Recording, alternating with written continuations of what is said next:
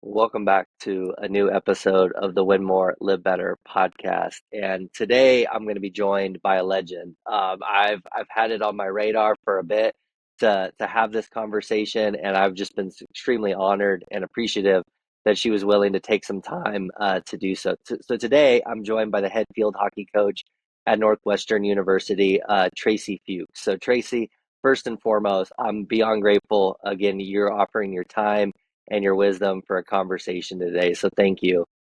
Yeah, no problem, Zach. Appreciate you having me on. Yeah. This is fun for me because not too long ago I had a chance to also interview Aaron Matson. So you're the second person within the field hockey realm, and so it'll be, I think, really cool to hear. I mean, two different points in both of your careers, but also there are certainly some parallels. There are certainly some similarities. So I'm just kind of excited to see where there's differences and nuances, and just kind of what you've learned over time. It's tricky because for me, when you have someone like yourself that's had this like legendary playing career, it's hard not to like kind of start there in some ways, and like also start to unpack how that has maybe helped shape or lead you to where you're at today. So I kind of wanted to begin in that regard. You've had one of the most accomplished careers in US field hockey history. And when you look back, what have been some of the moments or experiences that have maybe kind of shaped or guided you towards the leadership and the coaching role that you've hold and that you've now held for decades here? Yeah, I think I love to play, I love to compete, and honestly, I never had initially the thought to be a coach. I wanted to own my own sporting goods store or go work for Nike or do something like that, but our sport especially lent itself to coaching because back when I played, we'd go on 6-week tours and then we'd come back and we could coach a little bit. And then I just fell in love with it. I mean, trying to shape the lives of young people and teach them the skills, not only on the field, but off the field, is and still is very rewarding to me. So I look forward to doing it for as long as I can. But obviously playing for the U.S. team and was one of the highlights of my career. So I enjoyed it a lot. With that, you captained that team for years, and so I'm kind of curious in some ways where there's overlap, but also where there's maybe some difference of what did maybe leadership mean to you back then as a player on the national team, versus maybe kind of what your perceptions are now, or once you made the transition into coaching? Yeah, I mean, as a captain, and I tell my captains still today that, your main goal is to solve problems, not create them. So, and it's hard being an athlete. You're always taking feedback. You're giving feedback, and as a captain, you have to confront issues. Hopefully, before it even gets to the coaching staff. That's what I try to teach our leaders here, and just kind of create a culture where it's player driven. And I think we've done a good job of that recently here, and it's taken time. When you're a captain and of the national team. Back then, it was like you're flying by the seat of your pants a little bit, but I had really good mentors before me, and you emulate them and try to do the best you can and work hard and be competitive, and hopefully, people will follow.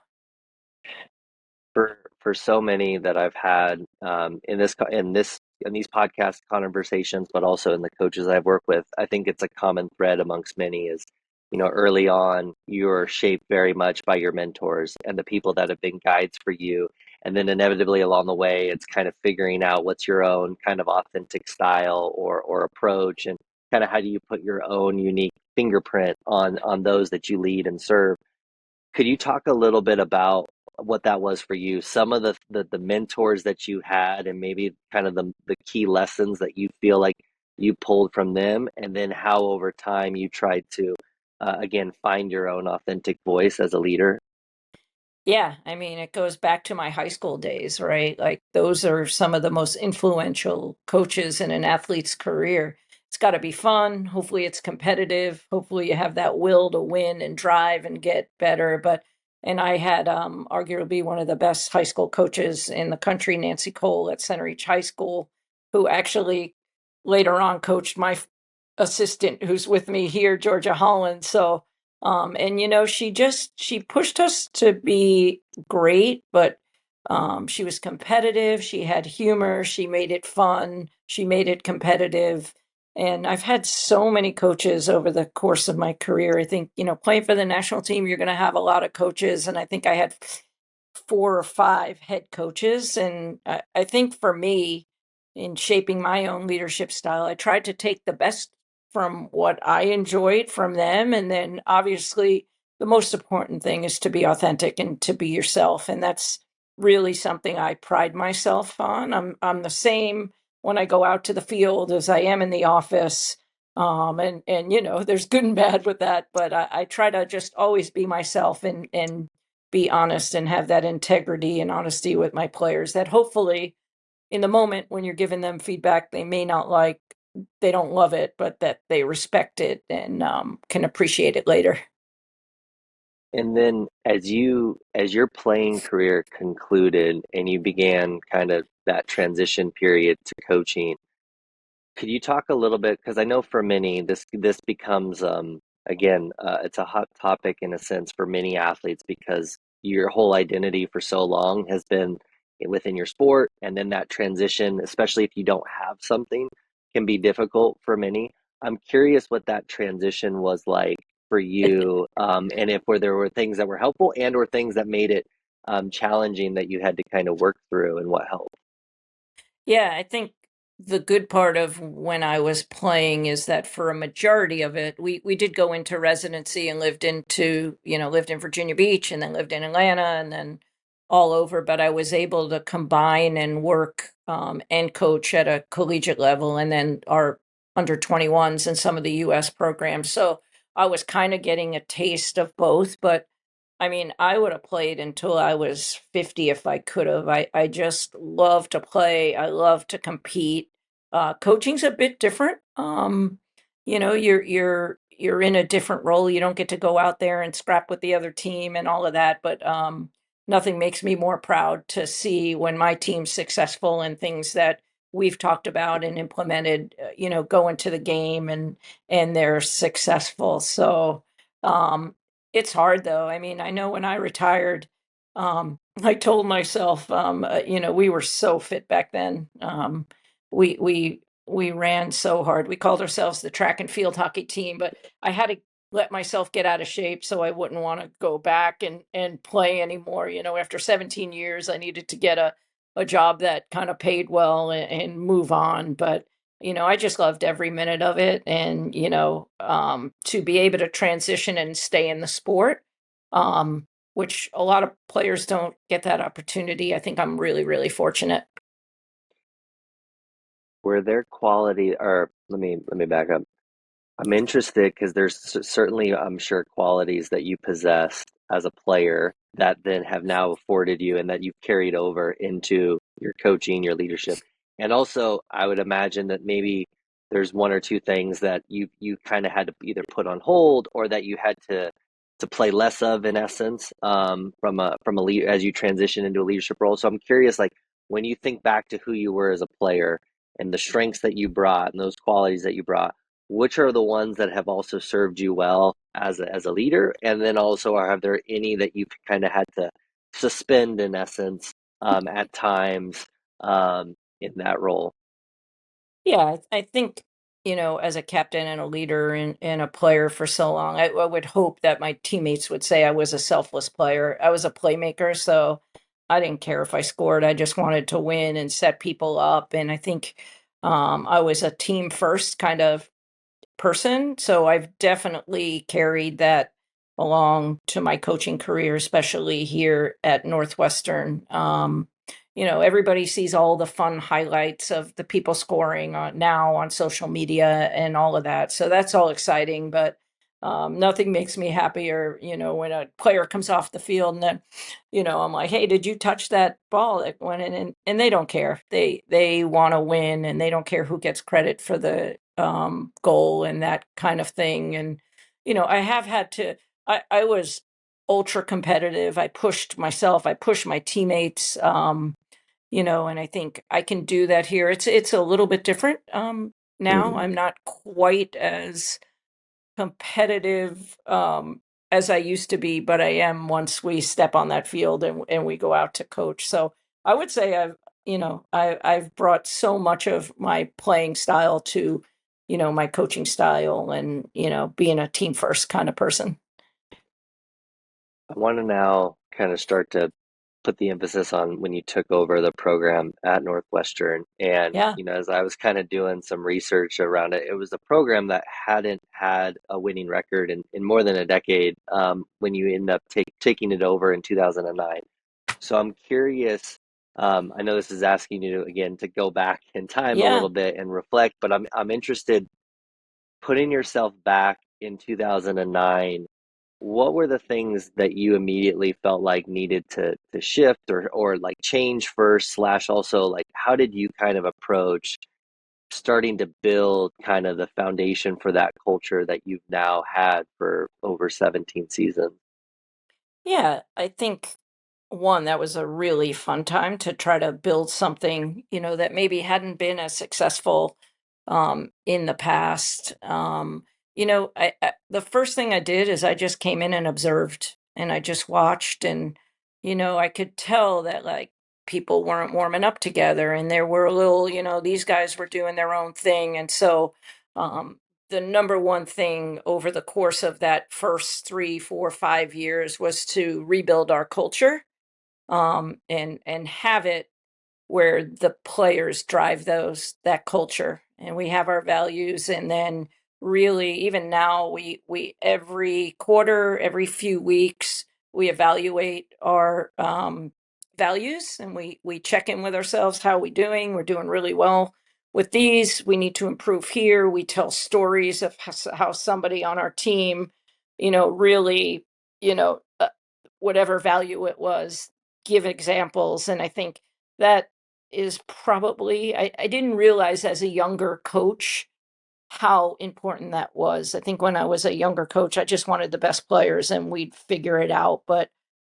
culture wins championships. And I know it's like a word that's thrown around so often now, but we are in such a good place with our culture. And, if we have to pass on a player, a recruit, because we don't think they might be a dynamite player, but if they're not going to, have the behaviors that match our values, we'll take a pass now. So I think that's probably where I've grown the most over the course of my coaching career and just letting the players drive that as well. I want to come back to that first year in a moment, but kind of building off of that for a second. Where what like when and what kind of led to that shift over time? I'm imagining it wasn't just maybe a singular moment, maybe it was, Yeah. but I'm curious for you, what if you think about that becoming kind of a progression for you and an evolution for you in your coaching and leadership, what kind of led to that? Yeah, I think finding the players that were going to buy in to what we were doing. And I had some decent players here when I first arrived. And just, picking out those leaders that are maybe be under the radar that could really help build the foundation. And we did. And unfortunately, those are some of the most important players that I've had here at Northwestern. They might not have a ring or a trophy, but they've we built this again, rebuilt it. Northwestern has been really, really good in field hockey and then had a little let down and then, we're back where we need to be. But I can't tell you how much I appreciate those players. And many of them, Zoam Quist and Nikki Parsley, are out coaching other Division 1 teams now. But they really drove what we were trying to do. I think my first 2 weeks here, I had people reading their books in the weight room and this and that. And so we really had to, start from, the bottom up. I'm like, hey, do you dribble around in math class? Like, really try to make them understand that this was someplace that we could win, and it's going to be hard, but a good friend of mine once said it's the hard that makes it great. Love that. It's the hard that makes it great. That's really good. And I mean, I'm sure there's many others. You talked about the values, which obviously our values can certainly help shape our identity and some of those kind of core themes for your program. All that put together, I'm sure again shapes that identity and that culture that you've tried to create. Could you talk a little bit more about what you wanted or what your vision for the identity of the program to be? Not just obviously in terms of, the outcomes and the success, but also who you wanted the program and your players to be in pursuit of that. Yeah, I think the end goal, I mean, obviously vying, you could say winning championships, but I always say vying because at any given day, the ball might not bounce for you. But I think more importantly is to really be a good mentor and leader for young women who are going to go out in the world and probably not play too much field hockey. We have a few players on the national team, but most of them are going to go out and be doctors or teachers or lawyers or coaches. And really, it gives me great pride to see when they come back and how successful they are, and how when they go into these companies they're able to give feedback, take feedback, and they're really, really successful. And that makes me equally as proud as the trophies I have. You alluded to some of those core values, and then I'm going to be really excited to kind of hear kind of how you all build in check-ins with those and how you audit those routinely. I think it's sometimes, and I don't know if this is you've seen this or experienced this in other places, but sometimes I feel like culture is very much like set it and forget it kind of thing. Like you hope like, hey, let's do it in the off season, let's talk about it, and then forget sometimes that it's you have to continue to repeat it, you have to continue to nurture it. So for you, what are some of those kind of guiding Yeah. values for the program, and how you bring those out into lived and practice standards? Yeah, I think we have four values that the team decided on, and that was, a few meetings trying to, what do we really want to represent? And number one is unity. And I think, it doesn't mean you can't compete and fight hard on the field against somebody, but making sure that, we're all unified with the same goals. We are selfless, all of that stuff. Our team has really, really good chemistry and get along. And I think that's part of it.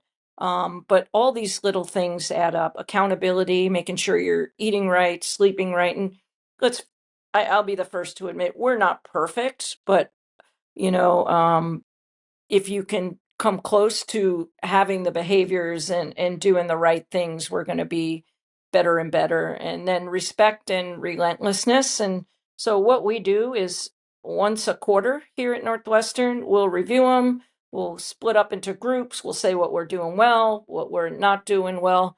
And then as coaches, we'll throw them into the game plan. Like, okay, how can we be more relentless in the circle? Well, we can dive, we can do this, we can tackle back really hard. How can we show accountability? Well, we can watch film, we can do the extra. I can teach this first year, some of the tactics that they might not brush up need brushing up on. So I do think that if you asked our team, we maybe not talk about them every day, but by the end of the week we've hit a value or two. And I think it's pretty consistent across our whole team that they know the behaviors that, you know, match each value. And it's getting dripped, on a regular basis. I love to just even the emphasis for you all as staff, bringing it into plans and games and like how you mentioned this too earlier with the stories and the examples of highlighting. One thing we talk a lot about is like what gets celebrated gets repeated. And so just like finding those moments to recognize Exactly. and celebrate. With not just hey, it's one thing when our culture is built around, okay, this is below the line and this needs to get better, but it's another thing when it's like, no, this is what we want. Let's celebrate Yeah. that, and especially to do Yeah. that together. Yeah, and I've been really fortunate, especially, I've had, Maddie Zimmer for one in the program for the last 6 years. And, I think they might have feared her a little bit, but the respect, like, you don't want to let somebody who really does everything right and takes care of her body and does the work, you don't want to let them down. So, you model that behavior. And, I have others in the program that were equally as strong leadership wise, and not going to get not going to blame, not going to go on the field and be like, oh my god, you let that ball through your legs and now we lost the game. Like, they it's a team effort, and every player matters, whether you get 1 minute on the field or you play the whole match, for sure. You now, not only in this conversation, but in others that I've listened to and read through, you've talked a lot about like player empowerment and again Yeah. giving your players voice and shifting some of the ownership to them to lead. I almost just want to back up for a second and not like gloss over this. Like from your lens and your vantage point, why has that been so important to be kind of a key kind of thread through your program? Yeah, it's probably one of my biggest growth areas from year one to now. I was a good player. I wanted to push all this information onto I wanted to tell them what I knew. And don't get me wrong, there's a place for me to share my opinion or a technique, but I think the more you can pull information out of people in anything, whether it be sport or your business or whatever you're doing, you're going to be more successful. And it really clicked. I was at a conference, and it's like, you remember 20% of what you hear and 80% of what you say. And I'm like, okay, so that's why they don't remember what I told them at halftime. And a great example of that, it was at the semifinal or final game. I think it was the semifinal. And this year, we were hardly ever down in a game. I think we lost one match that we were down. And, we got into the locker room, and typically the defense and the attack sits together and they come up with one thing they want to do well, better in the second half. And I just looked at them, and the defense, I had three things written on my board, and I don't give them more than three things at halftime because they'll never remember. But like, they checked off all three, or at least two of the three that I was going to say, and they were all unified. And then they feel like they have um, real power in the decision making, and they did. And um the trust went both ways. They trusted us to make adjustments, and we trusted them if something wasn't working on the field. And we came back and won that game. But I could tell the moment I walked into halftime losing that we're going to be okay. And it's partly the leadership and partly the way we coach every day at practice, where we're always asking open-ended question and pulling information. Or, hey, you lifted that ball on the hit, what do you think? And they're like, oh yeah, I was leaning back, or I was off balance. And it's easier to correct if they're aware of what they're doing, if that makes sense. Yeah, yeah, no, I love that for multiple reasons, and I appreciate the story with it. And I think you're over time, I think we have seen a shift where coaches recognizing like there is a difference in value sometimes between the telling versus the asking, and becoming good question askers, Exactly. not just from a skill development standpoint, but then as you're also describing, just giving players a voice. And I think what I love about what you shared too is, many coaches over the years that I've had conversations with, we want players that are self-aware, or we want players that are good self-evaluators. But if we're always the one telling, and giving them in essence the answers, it makes it kind of difficult. It doesn't create an environment sometimes to invite them to learn more about themselves. So I love that that's something that's become cardinal to how Yeah. you approach things. For sure. I know when we played, we just did what we were told. And I'm showing my age now, but we just, whatever was said, we just went out and we tried to accomplish it, and it worked back then.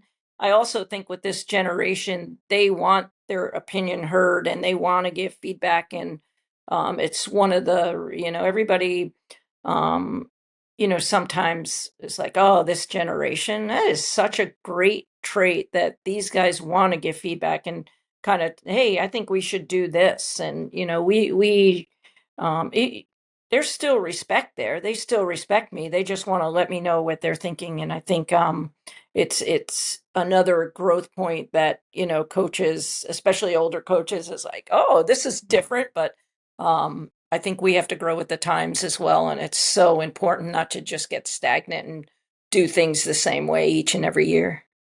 Yeah, it's a beautiful reframe of it, and I love that emphasis too of what you mentioned of kind of growing alongside your players. And I think this is I'm discovering as a dad with two very young kids, like I'm at this stage of like figuring out like, oh, do as I say, not as I do, like that doesn't work. Exactly. Kind of in the same vein in coaching.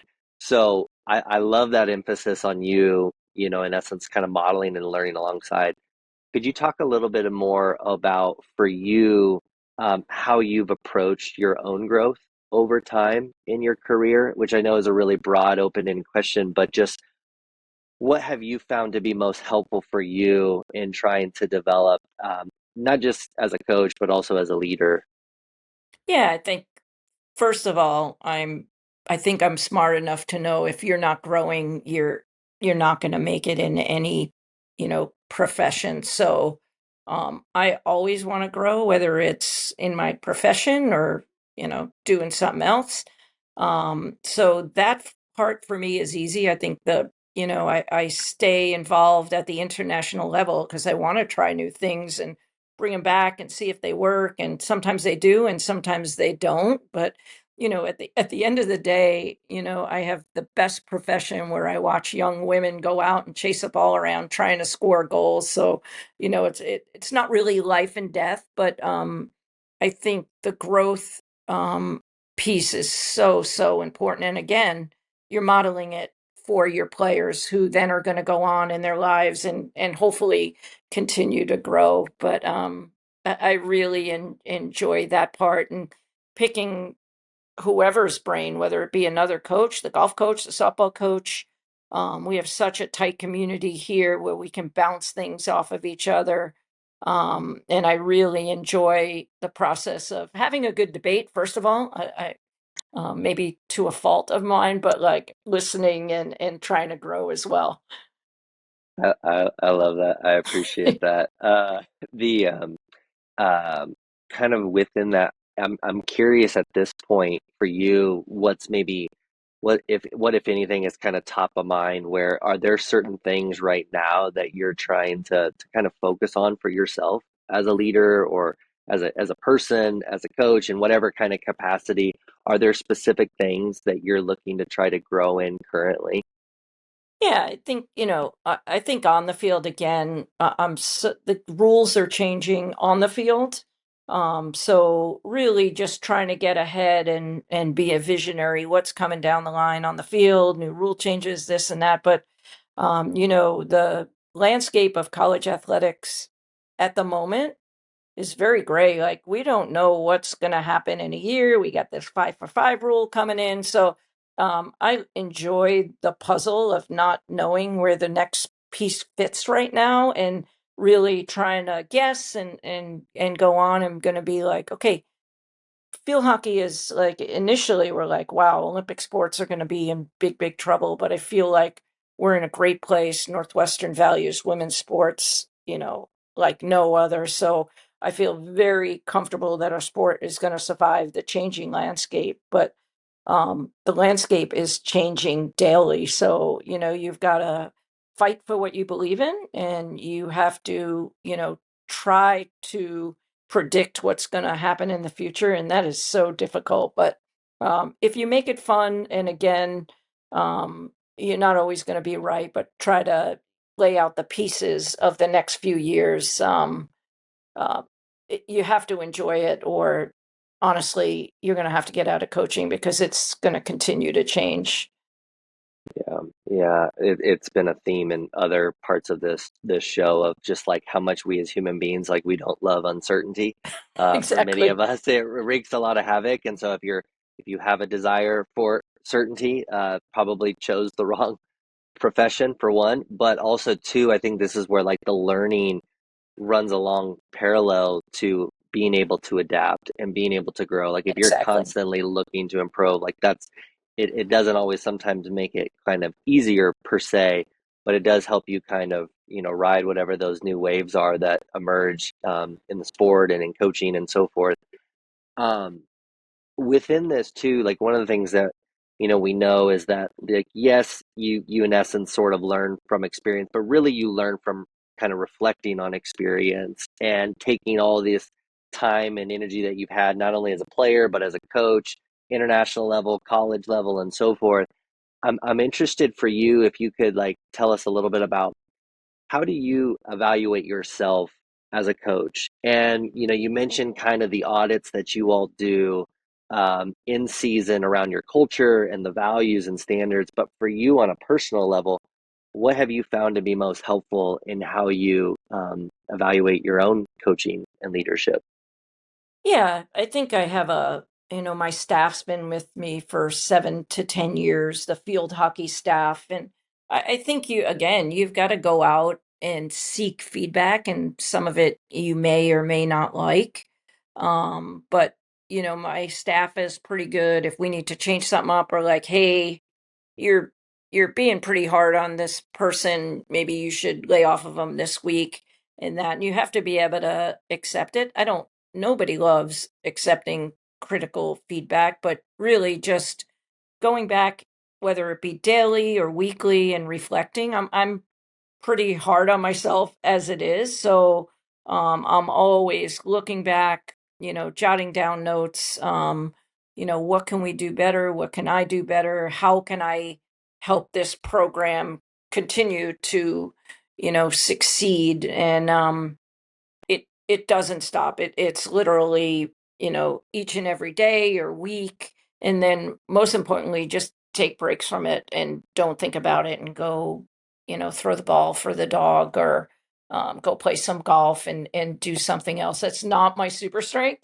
When we're in season, it feels like 24/7, but I've learned that, like, you don't take the breaks, you're never going to make it. And you've got to delegate to your staff and not try to control everything. And again, when I was younger, I probably did that more, but um, I think keeping a consistent staff shows that you're doing the right thing, and giving them the ability to lead and really, take a tactic or take a section of the game, or, even in the department, and let them do their thing, and they're going to work really, really hard because they're going to want to get it right. Yeah, I appreciate you sharing that because I think this has become again one of the more common threads in a lot of conversations with coaches. One, because of the way the calendar has worked, like coaching is always quote unquote in season. Like I tell we need to like put to bed maybe the word off season. I don't know Exactly. I don't know that exists anymore. And then within that too, what you're describing, between setting the boundaries and just carving out time doesn't mean that it will be maybe equal per se, but at least carving out time for you and your needs and so forth being really critical. I kind of want to build off of that a minute because I think one thing that has come up for others is sometimes how difficult it is to carry the mental emotional load of being a coach, particularly if your identity can sometimes be attached to achievements and to outcomes and the role itself. I'm just interested if there's ways that you've found for yourself that's kind of helped buffer that, or if that's been something that you've found, um, something that's been helpful for you in your own kind of coaching journey. Yeah, I think I've been fortunate because we, in the last at least 5 to 10 years, been really successful. But that, you feel like you can just like be like, ah, finally we did it. But it's not the case. So, when people haven't won national championships, they're always striving for it. But even when you're, now we're back to back, oh, can you three-peat? There's all this stuff on it. And I think the old Penn State coach Char Moret never won a national championship, but I have never seen a program that has so much buy-in from their alumni, and When we go there, I don't know why they always play us on Alumni Day but success again, if you're only going to measure it on the field, you're never going to win, but measure it in, how you lead, how you mentor, and then be so proud of the product 10 years later of what you produced. And, when my former players come back and share their experiences, whether, it's a funny one from on the field or what they're doing now. I mean, that's the goal, and that should be defined as success. And she kind of taught me that. I'm like, all right, if I never win a national championship, I want to have, people leave here and come back like her alumni do. And hopefully we're doing both. So that's a good thing. Yeah, yeah. I had recently had a chance to converse with his name is Josh Steinbach, and he is the head volleyball coach at Villanova. And one of the things that he shared is kind of his North Star for the program is when his players conclude their time there, they're like, "Oh, I want to do that again." Like I would love, and that's kind of his guy, like shapes his decisions, it shapes the culture he tries to create. It's like if they walk out of there being like, "Oh, that was so much fun." I would love to roll that back, regardless of outcomes. I thought that was a beautiful kind of North Star to, in essence, be guided by. And I did want to definitely ask you about, it's one thing to win at the highest level, and then it's another thing to sustain that and to also keep winning per se. And I was reading something that you had shared previously of this idea that you kind of talked intentionally about not just trying to like we're not just trying to defend a title, we're trying to go attack the next one. Could you talk a little bit about how you approached like cultivating that mindset for your players and just maybe why that language difference was so important for you? Yeah, I thought it was important right from the beginning because I think when you defend something, you're under attack, and I'm like, we're not defending anything. We're going for it. It's our style of play anyway. We love to attack. Who cares if you lose the ball? You can just get it back in 4 or 5 seconds. So we always and it buy-in even from people around the department now. Like we're not defending a championship. We're going out and we're going to attack another one, and it just feels right that we're attacking things instead of defending. And so that's something we say in the office all the time, for I, sure. I love that. No, I love that. Kind of bringing it back to you for a minute as we kind of get towards the end here.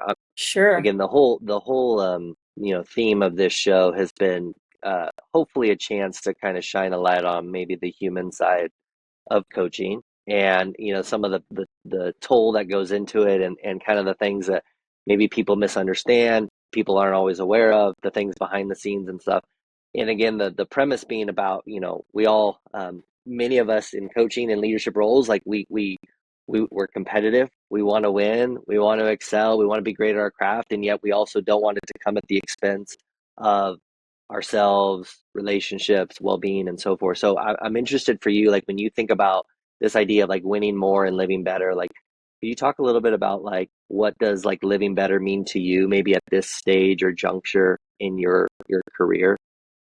Yeah, I think, again, earlier in my career, I had no balance. It was 24/7. Yeah, I would go and hang out with my friends a little bit, but I think um, having balance actually makes you better. And again, I'm not always great at this. I should be giving myself this advice right now.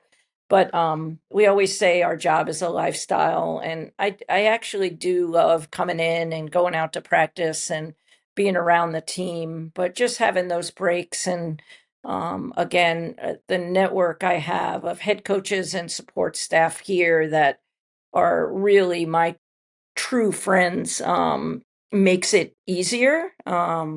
But it all comes down to balance. And again, everybody's balance is different. Some people might just need a 15-minute go read a book or, go walk the dog. And some people might need, just to take a day and get away and come back refreshed. So I'm still growing and working at that with my involvement with the U.S. team and all of that. But to be able to talk about it and share it and be like, hey, I need, like, I'm starting to feel a little bit like I got a little bit of burnout. Like, you got to make sure you take care of yourself first if you ever want to be successful for the people you coach and work around.